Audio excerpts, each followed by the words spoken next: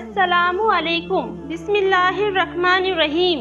کربلا کا دردناک واقعہ کربلا تاریخ کا دردناک واقعہ ہے۔ یہ اقتدار کی جنگ نہیں تھی، اقدار کی جنگ تھی۔ دو شخصیت کی لڑائی نہیں تھی، دو نظریات کا ٹکراؤ تھا۔ یہ حق اور باطل کا معرکہ تھا۔ یزید ظلم کا استعارہ ہے، حسین ابن علی امن کی علامت ہے۔ یزید جبر کا پتلا ہے، حسین صبر کے پیکر ہے۔ یزید اپنی بدطینت فطرت اور اپنی تپینا ہموار کے باعث دنیا پر ذلت و رسوائی، ظلم زبر، زور و زیادتی کی علامت بن کے ابھرا، اور حسین ابن علی رضی اللہ تعالی عنہ حق و صداقت کے نشان بن کے ابھرے۔ کربلا کے تپتے ہوئے ریگزار میں حسینی اور یزیدی دو کردار سامنے آتے ہیں۔ یزید بہدل کی بیٹی میسون کا ناپاک بیٹا تھا، اور حسین محمد عربی صلی اللہ علیہ وسلم کی بیٹی فاطمہ کے شہزادے تھے۔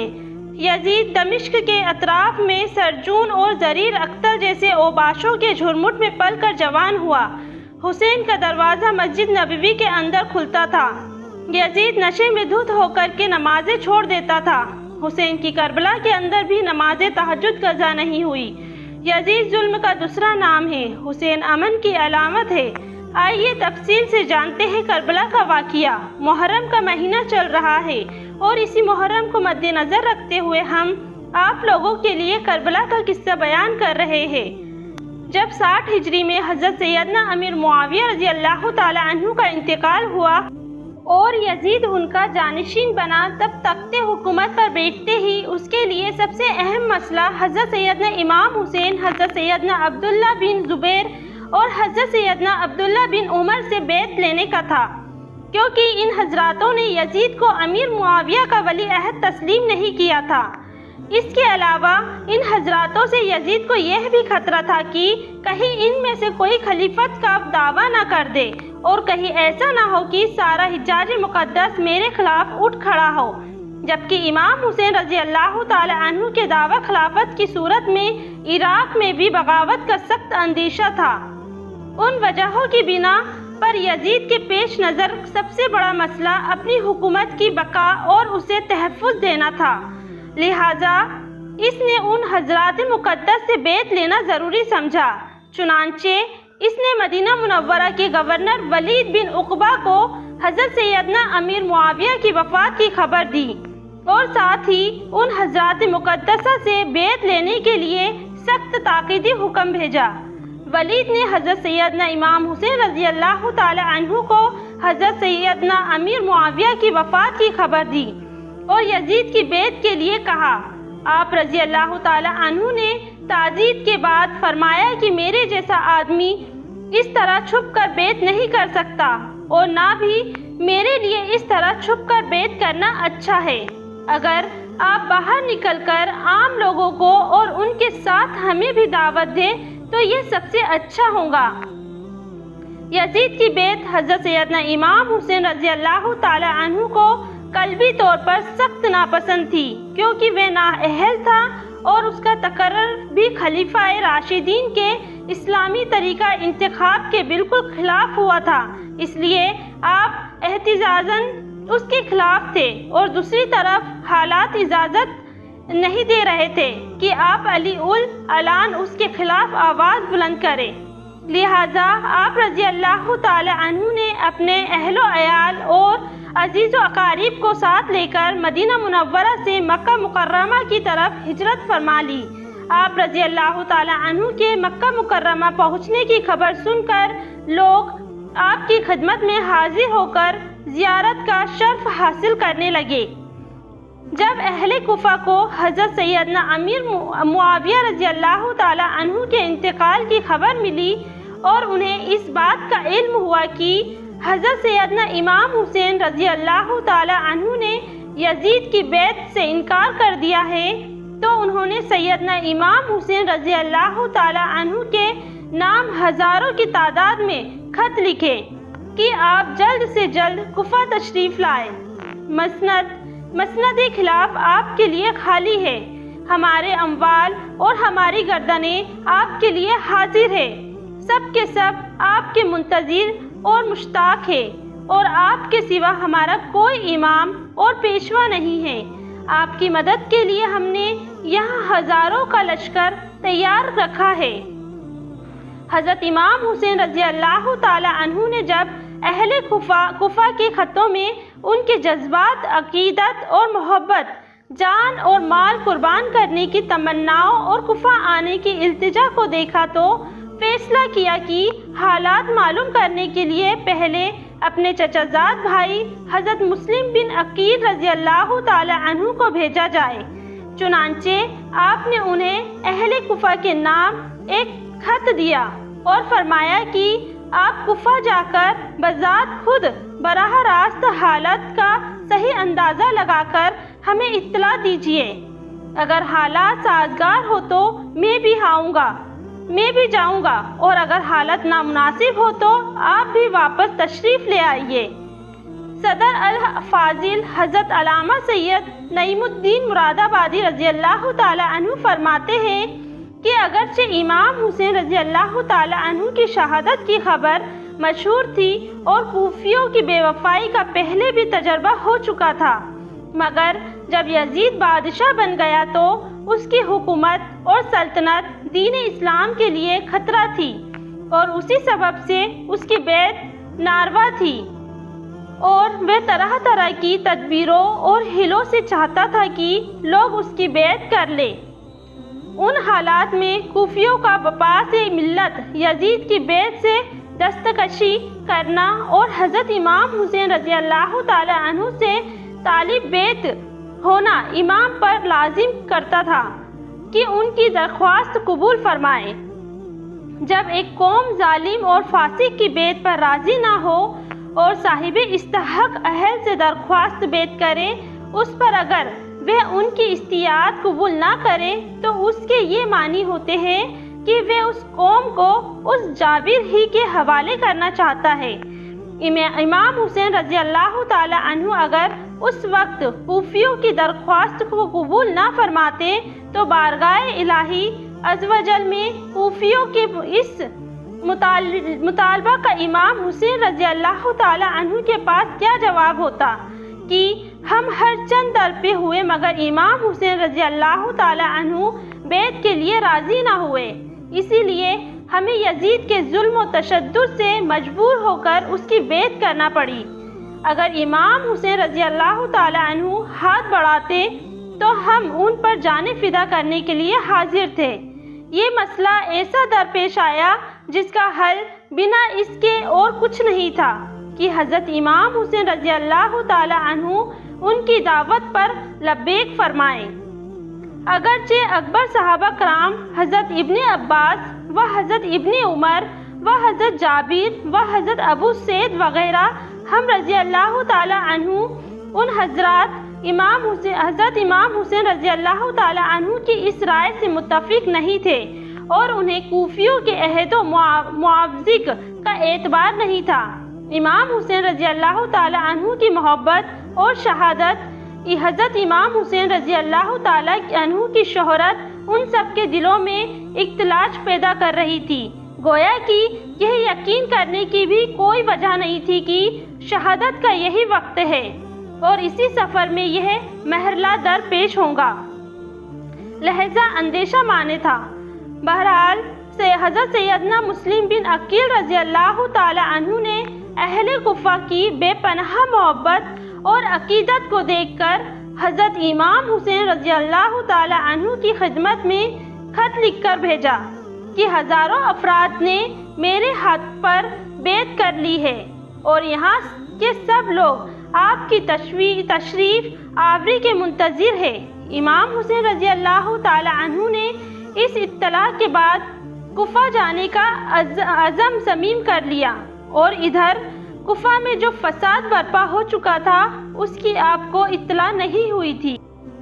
حضرت سیدنا امام حسین رضی اللہ تعالی عنہ نے 3 ذی الحج 60 ہجری کو اپنے اہل بیت، خادموں آدی کو کل 72 افراد کو ہمراہ لے کر راہ عراق اختیار فرمایا۔ راستے میں حضرت سیدنا امام حسین رضی اللہ تعالی عنہ کو کوفیوں کی بدعہدی اور حضرت سیدنا مسلم بن عقیل رضی اللہ تعالی عنہ کی شہادت کی خبر مل گئی تھی۔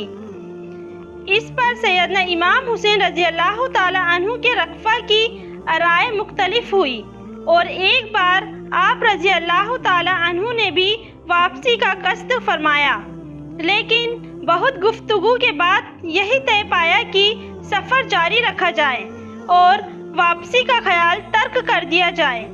حضرت سیدنا امام حسین رضی اللہ تعالی عنہ نے بھی اس رائے سے اتفاق کیا اور قافلہ آگے چل دیا، یہاں تک کہ حضرت سیدنا امام حسین رضی اللہ تعالی عنہ نے کربلا میں نزول فرمایا۔ یہ محرم الحرام 61 ہجری کی 2 تاریخ تھی۔ آپ رضی اللہ تعالی عنہ نے اس مقام پر نام دریافت کیا تو معلوم ہوا کہ اس جگہ کو کربلا کہتے ہیں۔ حضرت سیدنا امام حسین رضی اللہ تعالی عنہ کربلا سے واقف تھے اور آپ کو معلوم تھا کہ کربلا ہی وہ جگہ ہے جہاں اہل بیت رسالت کو راہ حق میں اپنے خون کی ندیاں بہانی ہوں گی۔ انہی دنوں آپ رضی اللہ تعالی عنہ کو حضور سید عالم صلی اللہ علیہ وسلم کی زیارت ہوئی۔ نبی کریم صلی اللہ علیہ وسلم نے آپ کو شہادت کی خبر دی اور آپ کے سینے مبارک پر دست اقدس رکھ کر دعا فرمائی، اے اللہ حسین کو صبر و اجر عطا فرما۔ پھر ابن زیاد نے حضرت سیدنا امام حسین رضی اللہ تعالی عنہ کو ایک خط لکھ کر بھیجا کہ یزید کی بیعت کر لیجئے۔ جب وہ خط آپ رضی اللہ تعالی عنہ کے پاس پہنچا، آپ نے اسے پڑھ کر پھینک دیا اور خط لانے والے قاصد سے فرمایا کہ اس وقت میرے پاس اس کا کوئی جواب نہیں۔ الچی نے آ کر ابن زیاد کو بتایا تو جواب سن کر ابن زیاد کا غصہ بڑھ اٹھا۔ اس نے لوگوں کو جمع کیا، فوجیوں کو تیار کی اور ان کا سپہ سالار عمر بن سعد کو بنایا جو ملک رائے کا ولی تھا۔ اولاً اس نے پہلو تہی سے کام لیا۔ اس پر ابن زیاد نے کہا کہ یا تو لڑنے کے لیے تیار ہو جا یا پھر رائے کی حکومت چھوڑ کر گھر بیٹھ جا۔ ابن سعد نے رائے کی حکومت اختیار کی اور 22,000 سوار اور پیادہ لشکر لے کر نواسے رسول حضرت سیدنا امام حسین رضی اللہ تعالی عنہ سے لڑنے چل پڑا، یہاں تک کہ یہ لوگ دریائے فرات کے کنارے پر قابض ہو کر قافلہ سید امام حسین رضی اللہ تعالی عنہ اور پانی کے درمیان حائل ہو گئے اور پوری طرح سے پانی بند کر دیا تاکہ حضرت امام حسین رضی اللہ تعالی عنہ مجبور ہو کر یزید کی بیعت کر لے۔ یہاں یہ کارروائی ہوئی کہ سبھی خیموں کو ایک دوسرے کے قریب کر دیا گیا، خیموں کے پیچھے خندق کھودی گئی اور اسے نرکل آدھی سوکھی لکڑیوں سے بھر دیا گیا۔ اب امام حسین کے رفقہ کاموں سے فارغ ہو کر سیدنا امام حسین رضی اللہ تعالی عنہ کی خدمت میں حاضر ہوئے ہیں اور سیدنا امام حسین رضی اللہ تعالی عنہ نے اپنے اہل اور ساتھیوں سے فرمایا کہ صبح دشمن سے ہمارا مقابلہ ہے۔ میں نے باخوشی تم سب کو اجازت دی، ابھی رات باقی ہے، جہاں جگہ پاؤ چلے جاؤ اور ایک ایک شخص میرے اہل بیت میں سے ایک ایک کو ساتھ لے جاؤ۔ اللہ اجول تم کو جزائے خیر دے۔ دیہاتوں بلاد میں متفرق ہو جاؤ، یہاں تک کہ اللہ تعالیٰ بلا ٹالے دشمن جب مجھے پائیں گے تمہارا پیچھا نہیں کریں گے۔ یہ سن کر امام کے بھائیوں صاحبزادوں اور عبداللہ بن ظفر کے بیٹوں نے عرض کی کہ ایسا ہم کس لیے کریں؟ اس لیے کہ آپ رضی اللہ تعالی عنہ کے بعد زندہ رہے۔ اللہ عز و جل ہمیں وہ منحوس دن نہ دکھائے کہ آپ نہیں ہو اور ہم زندہ رہے۔ حضرت امام حسین کے بچے بالخصوص خواتین پیاس کی بدت میں حلق خشک ہے۔ حضرت شکینہ تڑپ کے اپنے باپ سے کہتی ہے کہ مجھے 6 مہینے کے علی اصغر کی پیاس نہیں دیکھی جا رہی۔ حضرت امام حسین بچے کو ہاتھوں میں اٹھاتے ہیں اور نہر فرات پہ پہنچ کے فرماتے ہیں تمہارا معاملہ میرے ساتھ ہے، اس 6 مہینے کے بچے نے تمہارا کچھ نہیں بگاڑا ہے، اور چلو بھر کے اسے پانی پلانا چاہتے ہیں۔ تبھی ایک تیر آتا ہے جو علی اصغر کے گلے کو چیر دیتا ہے، خون بہنے لگتا ہے، گردن لٹک جاتی ہے۔ حضرت امام حسین وہ بہتا ہوا خون اپنے ہاتھوں میں لے کر آسمان کی طرف اچھال کر کہتے ہیں مالک حسین کی یہ قربانی بھی قبول کر۔ بہرحال حضرت امام حسین علی اصغر کو لے کر خیمے کی طرف چل دیتے ہیں، لیکن زبان پر کوئی شکایت نہیں ہے کہتے ہیں مالک حسین کی یہ قربانی بھی قبول کر لے۔ اب خیموں کی طرف آنا سحر بانو ام رباب سیدنا زینب حضرت شکینہ سلام اللہ علیہ کا سامنا کوئی آسان کام نہیں تھا، لیکن حسین ابن علی فرماتے ہیں شہزادے کو یہاں خیموں کے قریب رکھ کے کہتے ہیں کہ یہ حوض کوثر سے شراب ہو گیا ہے۔ اللہ اکبر! کوہرام مچ جاتا ہے، یہاں تک کہ ابن سعد نے اپنے لشکر کے ساتھ امام حسین رضی اللہ تعالی عنہ اور آپ کے رفقا پر حملہ کر دیا۔ آپ کے رفقا، احباب، برادرانہ اور شہزادگان ایک ایک کر کے شہید ہوتے چلے گئے۔ تقریباً 50 سے زیادہ افراد شہید ہو گئے اور بالآخر حضرت امام حسین رضی اللہ تعالی عنہ کو بھی بڑی بے دردی کے ساتھ شہید کر دیا گیا۔ اسی طرح ایک ایک کر کے حضرت محمد صلی اللہ علیہ وسلم کے اہل بیت سے تمام نوجوان اور بہادر جنگجو شہید ہوتے گئے اور قربانی کا پیالہ پی لیا۔ دھیرے دھیرے جب حضرت امام حسین کے سبھی یار اپنی شہادت حاصل کر گئے تو انہوں نے فیصلہ کیا کہ اب خود میدان میں تلوار لے کر نکل جائے۔ وہ میدان میں گئے اور یزیدی فوج سے لڑنا شروع کر دیا۔ امام حسین اکیلے یزیدی فوج کا مقابلہ کافی دیر تک کیا۔ اکیلے ہونے کے باوجود کسی نے بھی حضرت امام حسین کو مقابلہ کرنے کا جرأت نہیں کی، اور اس کی صرف ایک وجہ تھی کہ وہ حضرت علی کے پیارے بیٹے تھے۔ اس وقت یزیدی فوج کے فوجی حکمران ابن سعد نے محسوس کیا کہ وہ حضرت علی کے بیٹے سے کسی بھی طرح مقابلہ نہیں کر سکتے، اس لیے انہوں نے اپنے تمام سپاہیوں کو امام حسین کی مخالفت میں ایک ساتھ حملہ کرنے کا حکم دیا۔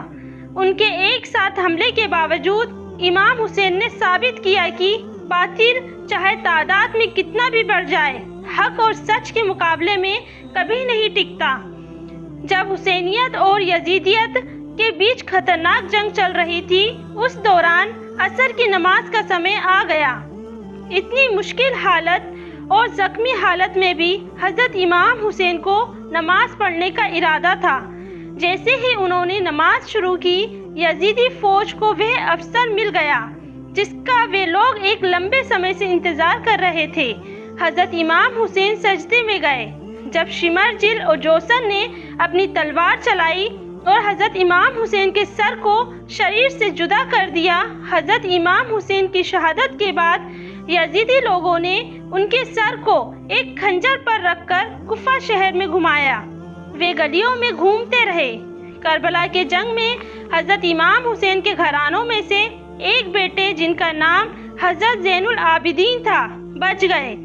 ان کے علاوہ حضرت امام حسین کے گھر کی سبھی عورتیں کوفہ میں بندی بنا کر لائی گئی۔ حضرت امام حسین کی اس دن کی شہادت کے باوجود ان کی وراثت آج تک لوگوں کے دلوں میں زندہ ہے اور قیامت تک رہے گی، جبکہ یزید شام کی اندھیری میں گم ہو گیا ہے۔ حسین ہر دل میں روشنی کی طرح زندہ ہے۔ ایک دن سرخ رنگ کے جوڑے پہنے ہوئے حسنین کریمین حجرہ فاطمہ سے نکلتے ہیں۔ وہ کم عمری کی وجہ سے کبھی گرتے ہیں، کبھی سنبھالتے ہیں، اور آقا کریم خطبہ ارشاد کر رہے ہیں۔ خطبہ چھوڑ کر حضور نے شہزادوں کو اٹھا لیا۔ وہ منظر بھی زمانے نے دیکھا۔ حضرت عبداللہ بن شداد کہتے ہیں کہ حضور سجدے میں تھے اور سجدہ اتنا طویل ہو گیا، ہمیں لگا یا تو وحی کا نزول ہو رہا ہے یا پھر اللہ کا حکم آ گیا اور اللہ کے محبوب کی روح قبض کر لی گئی۔ لیکن میں نے جب نظریں اٹھا کے تھوڑا سا دیکھا تو کیا منظر تھا کہ حسین ابن علی حضور کی پشت پہ بیٹھے ہوئے ہیں اور میرے آقا سجدے کو تل دے رہے ہیں۔ اللہ اکبر! حسین کے لیے پیغمبر کے سجدوں کو تل دیا جا رہا ہے۔ حسین ابن علی کبھی منبر پہ حضور کی اطراف میں بیٹھتے ہیں۔ وہ منظر بھی دنیا نے دیکھا کہ حضور کے مبارک کندھوں پر حسین ابن علی بیٹھے ہیں اور حضور کی زلفوں کو پکڑا ہوا ہے۔ تو حضرت عمر رضی اللہ تعالی عنہ دیکھ کے کہتے ہیں، واہ واہ، کیسی سواری میسر آئی حسین ابن علی کو۔ تو میرے آقا مسکرا کے کہتے ہیں، عمر سواری دیکھتے ہو، سوار بھی تو دیکھو۔ اللہ اکبر! حضرت عثمان بن زید بن حارثہ رضی اللہ تعالی عنہ فرماتے ہیں، رات کا ایک پہر گزر گیا، اور مجھے حضور سے کوئی کام تھا۔ میں آقا کریم کی خدمت میں حاضر ہوا، در دولت پہ دستک دی۔ حضور تشریف لائے تو چادر اوڑھی تھی، تو میں نے اپنی حاجت کہی تو حضور نے میری حاجت پوری کر دی۔ لیکن ایک منظر میں نے دیکھا کہ حضور نے جو چادر اوڑھی تھی اس کے اطراف میں پہلوؤں میں ابھار تھی، جس طرح اندر کوئی ہو۔